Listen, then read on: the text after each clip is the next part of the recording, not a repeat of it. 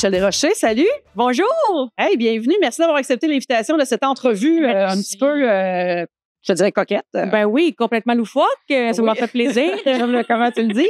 On te reçoit le 24 octobre prochain. Oui, Dans la salle de mer, ben, certainement. C'est pas ton premier passage chez nous. Non, c'est ça. Je suis venue la petite soirée, plusieurs humoristes qu'on fait ici. Hey, c'est vrai, c'était là le mardi carrément drôle, c'est ça? Oui. Avec comme c'était ça? Non? Oui, non? C'est une bonne question. Il y avait 4 humoristes, il y avait un animateur, c'était bien plaisant. Ah, c'est ça. Je me souviens aussi, il y a Belle Lurette, je suis venue en première partie de Patrick Gros, puis peut-être aussi que je suis venue en rodage, quelque chose de même. Michel, ça fait combien de temps que tu roules ta bosse en humour comme ça? J'ai gradué l'école de l'humour en 2019, avant que ça chie, comme on dit. Avant que ça chie, la maudite COVID, ça a fait mal à bien du monde. Oui, c'est ça, mais moi, j'ai jamais arrêté. Il y a rien qui peut m'arrêter. C'est quoi, t'as travaillé sur les réseaux sociaux, t'as inventé du contenu, qu'est-ce que t'as fait, mettons, pendant la COVID? Exact. Dans le web, j'ai continué. J'étais même en tournage à cette période-là. Bon, évidemment, avec distance et toutes les affaires impossibles qu'on a vécues.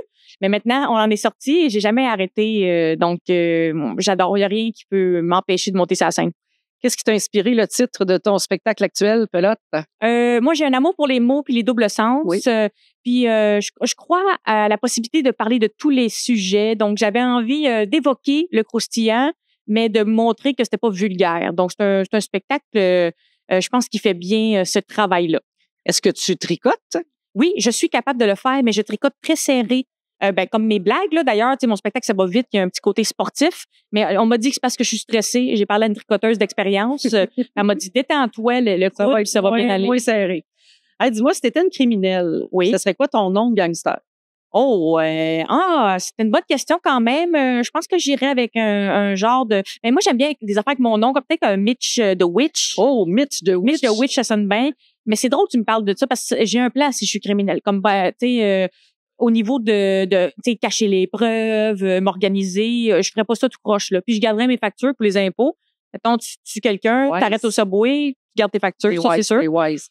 Quel emoji t'utilises le plus quand t'écris du monde, quand tu textes? Je n'en mets beaucoup, moi. Si quelqu'un en met pas, je dis il est fâché. Oui, ça, c'est sûr. Je mets un bonhomme, évidemment, avec des cœurs autour, là, lui qui est comme amoureux, aimé. C'est ce que je recherche dans la vie. Et j'utilise aussi beaucoup les petites étoiles, là. Tu mets ça avant puis après un mot, puis ça devient un mot magique. Tout le monde est content. Hey, c'est quoi ta plus grosse phobie, Michel? Les araignées. Sinon... Les araignées, genre, à crier, là, comme t'en vois une dans le coin ou au plafond? Non, je vais pas crier, ça va déranger tout le monde, mais je veux dire, je vais mourir de l'intérieur.